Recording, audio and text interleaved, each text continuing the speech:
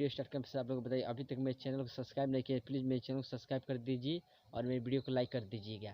आइए हम अपना वीडियो स्टार्ट करते हैं। Welcome to my new channel Bhojpuri information, आप लोगों का स्वागत है। आज हम बात करें पावर स्टार पवन सिंह के आने वाली गाने के बारे में।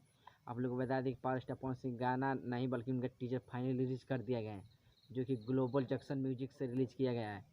जो गाए हैं पावर स्टार पवन सिंह और शिल्पी राज। आप लोग बता दें म्यूजिक जिस सॉन्ग का नाम घाव दे देवी फाइनली ग्लोबल म्यूजिक जंक्शन से रिलीज गाना। म्यूजिक डायरेक्टर है प्रियांशु सिंह, जो फिलहाल में उनका गाना चल रहा है हरी हरी ओढ़नी। आप लोग बता दें कि गाना कल 10 AM पर टुमारो रिलीज किया जाएगा। आप लोग बता देंगे गाना सुनना चाहते हैं, मैं अपना डिस्क्रिप्शन लिंक दे दूंगा, आप वहाँ से जाकर सुन सकते हैं। आइए हम मिलते हैं नेक्स्ट वीडियो में, तब तक के लिए बाय।